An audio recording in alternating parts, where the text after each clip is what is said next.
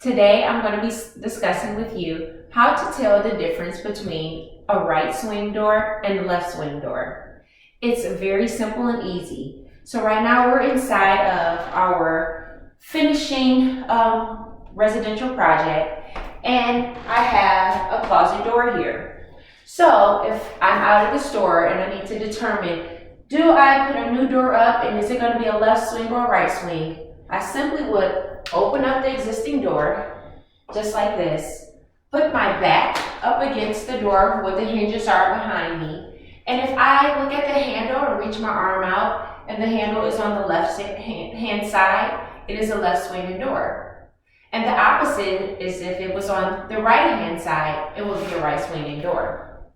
Now, that is perfect when you're already working with the constructed property.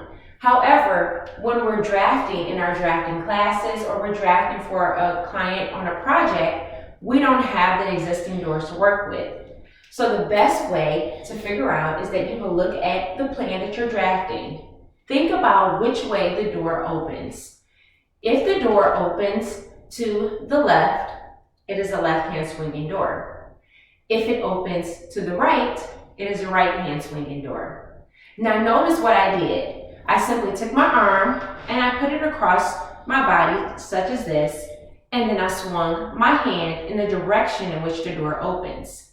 And again, if it swings to the left, it's the left swinging door. And if it swings to the right, it is a right swinging door.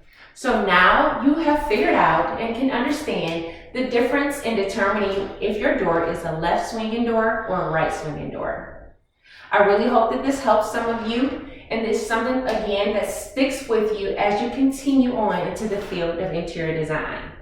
Don't forget to subscribe, like, and even share this video with your friends or colleagues, and stay tuned for more to come.